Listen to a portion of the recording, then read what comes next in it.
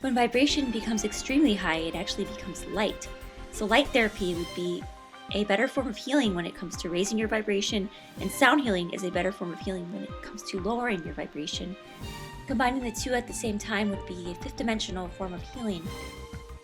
This is a demonstration of high frequencies and low frequencies when it comes to sound healing, because I made another video about why people need to lower their vibration instead of raise their vibration. Well, I'm going to contradict myself right now, because this week I just ordered angel tuning forks. This tuning fork is 4225 hertz, so it's in the thousands. Comparing this one to a nerve fork, this is actually 50 hertz. 50 hertz and 4,225 hertz. Which one is better for your body if you need health and healing, or if you are in pain? Obviously the nerve fork. So this one is way better for your body. If your physical body is a low vibration, so if you are only acknowledging higher vibrations without caring about the lower vibrations, you are basically telling the universe that you don't value your physical body and you don't want to occupy it, which can actually open you up to being possessed by entities, whether they are good or bad. Not being present in the body can lead to entities and disease taking over the body. The idea is to have a very high vibration and a low vibration at the same time. A lot of people might refer to this as entering the fifth dimension. Sure, I don't have all the answers to the angelic world, because this is the hidden world that we're not designed to be able to see. But this vibration allows you to access that higher world. Raising your vibration. This is another angelic one. I'm not sure. I can't get information on this one. And then this one, it's referred to as angel, but it's actually the vibration of quartz, which instead of needing to bury your crystals in salt, people are saying you could just ring this and your crystals will be completely cleared. So your crystals are actually, think of them like your computer. Your computer gets a bunch of viruses, cookies, all this garbage and stuff like dirt on it every time you go on websites, every time you use it, store information. You have to clear your storage away. You have to clean out your computer. Computers are made from crystals. Look at how much larger this tuning fork is compared to the angelic tuning forks. Even though this tuning fork looks larger, the vibration is actually lower. So the closer we get to the physical reality that we see here, touch, taste, smell, the more dense or like large it appears, even though these are technically higher vibrations. And again, that's just a perfect example of like, you're not supposed to be on a high vibration all the time. You actually have to work on lowering your vibration if you're trying to heal. You have to get actually closer down to earth. But sound healing and vibrations are the future of healing. They are breaking down tumors. They're breaking down kidney stones with frequencies. They know how to break down cancerous tumors with frequencies. It's just not a valued science yet, like a mainstream science, but it's becoming more and more mainstream. The first time I rang these forks, I just got these in the mail like a few days ago. So I rang all three of these angel forks because the first thing I wanted to do was clear my crystals, because I haven't done that in a long time. Some of them are too large to bury in salt and clear. And so I rang these, and I've had a little bit of clairaudience since I was a girl, but my mother thought that I was schizophrenic, so she put me in a mental hospital when I was a teenager, and I learned that I thought my clairaudience was schizophrenia, and I never learned how to fully develop it because it was seen as evil. It was either seen as like demonic, or from the Catholic perspective, or it was seen as schizophrenia from the scientific perspective. But the first time I rang all three of these for several minutes, I started to hear voices. It sounded like, but they weren't coherent. They were like cars were whizzing by me saying things. Like if somebody was like, not in a car, but somebody going really fast, saying something, but I couldn't hear the whole sentence. But I heard, the only thing I could make out in full was, "We are clear, we are clear." This is the Earth Star one. This is even bigger than the nerve fork because it's a lower vibration. What is it? It says low ohm, but it doesn't actually say the actual frequency of it. I know the nerve vibration is 50. I'm not sure what this one is, but this one's like, the soul star is an octave higher. So it's the same note, it's just I think 1 or 2 octaves higher. And look at how much even this is a lower vibration. So the soul star brings you to what I believe is your south node in astrology, which is where you're coming from in your past life. The energies you're bringing in and leaving behind, what you're working with and what you agreed to do in this life. And then the earth star helps you manifest it into the physical reality. So the earth star is like right now, right here. I don't have all the answers to everything because sound healing is a lost art that was wiped out from many cultures. And it's not even an art, it's actually a science. It's actually more scientific than a lot of the stuff we're doing now. If you can break down a kidney stone or a tumor with a certain frequency, why would you be cutting somebody open and doing it the hard way or doing it the brutal way? That's the, not to be hateful towards patriarchy, but I have a lot of frustration because it's not elegant to be cutting people's bodies open and removing tumors and stones. It's way more elegant to break it down in a frequency and get their body to expel it through sweat, feces, and urine. Soul Star, which when I used this one, I had deja vu when I would use it on myself. I would like feel like I'm living two lives at one time. So I'm not quite sure how the soul star and the earth star work because this is not the root chakra and this is not the crown chakra. I think this is slightly higher than the crown and this is slightly lower than the root. But I just thought I'd share my angel tuning forks. These two frequencies are insane. This really helps connect to the spirit world, but our job as humans isn't to just be spiritual beings. It's also to manifest that into the physical reality. That's why we're in these bodies. That's what we're doing. And I realized, I thought about it because, or I'm making other videos about how people need to work on actually lowering their vibration, not raising it. So like, for example, if you had a pinched nerve, this would like be really good to work on for your neck or wherever your pinched nerve is at.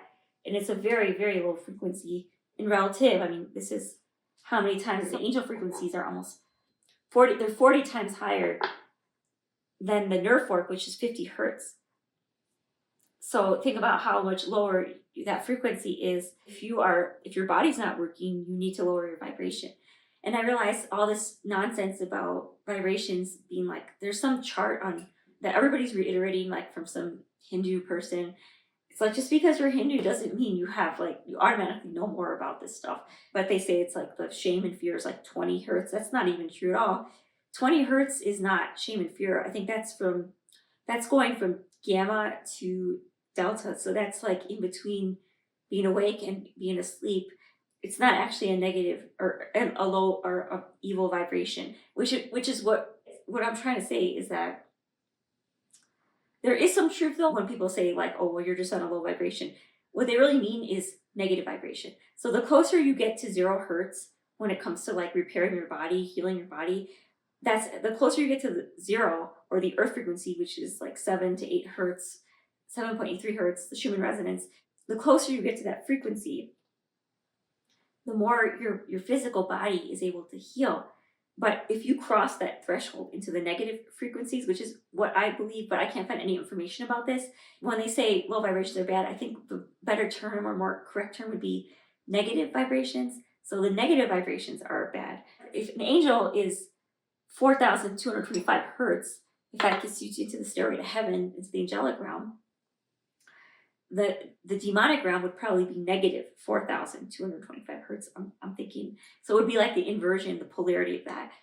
So if you cross that 0 thing, and I think shame and fear are not low vibrations, they are actually negative vibrations.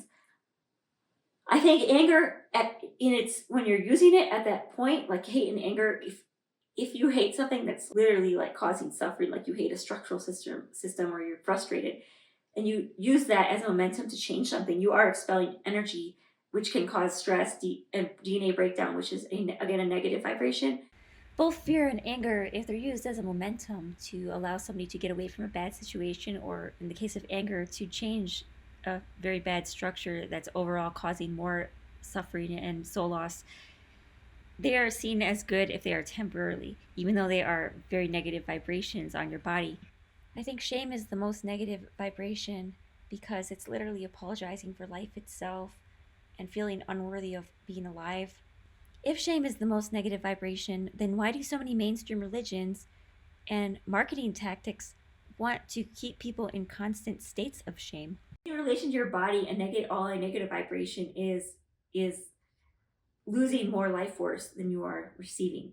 So if you get on a really negative vibration, which is below zero, you're expelling so much life force and you're not recirculating it back in your body. As a general rule, raise your vibration if you're on a negative frequency and lower your vibration if you're on too high of a frequency.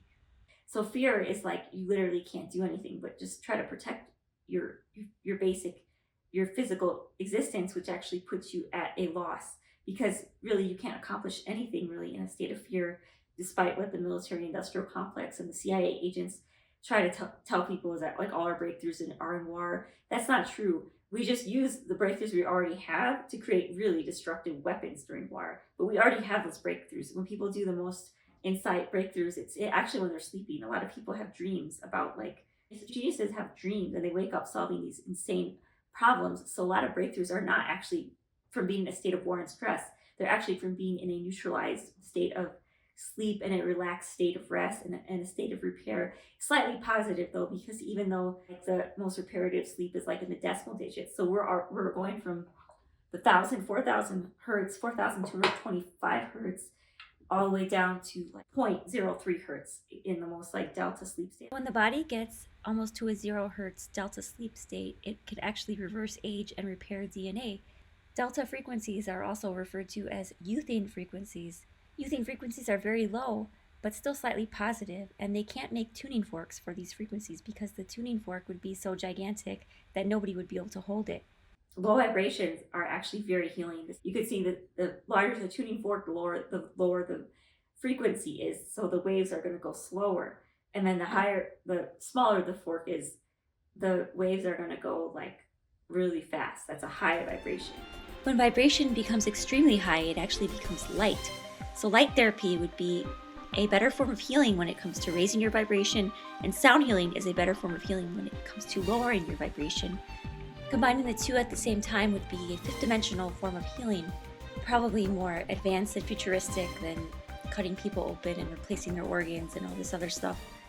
So even given that negative vibrations are really bad for you, and probably if the angelic is 4,000 whatever hertz, the demonic would probably be negative 4,000 hertz. It's still not good, even if you have good intentions and you're accessing an angelic realm with like the most pure of intentions. As far as you respecting your physical body, you cannot be on that high vibration all the time, and you shouldn't try, because you're really just like deteriorating your body a lot faster than it needs to be deteriorated. I'll read Jacob's Ladder. Jacob's Ladder. This is a Stairway to Heaven. The crystal one. It sounds almost the same. So most people are saying you want to get just one angel tuning fork, get the 4,160 hertz. Correction, 4,096 hertz. That one has a practical application of clearing all your crystals, so you don't have to do all this work. And even jewelry, gemstones, you can actually, you don't have to put them in salt for a day and then dig them out of salt. Who does that? That's pretty hard and complicated and tedious to sift your jewelry through salt so you can clear it out, or leave it outside in the sunlight so somebody can steal it. I don't know. But the Earth Star is, again, very low. And again, this would help you if you're in an anxious state. This would help you actually ground yourself, lower your vibration. The Soul Star, I can't explain what this does to me, but it's almost, like I said, it's like almost like I'm living several lives at once, or I'm remembering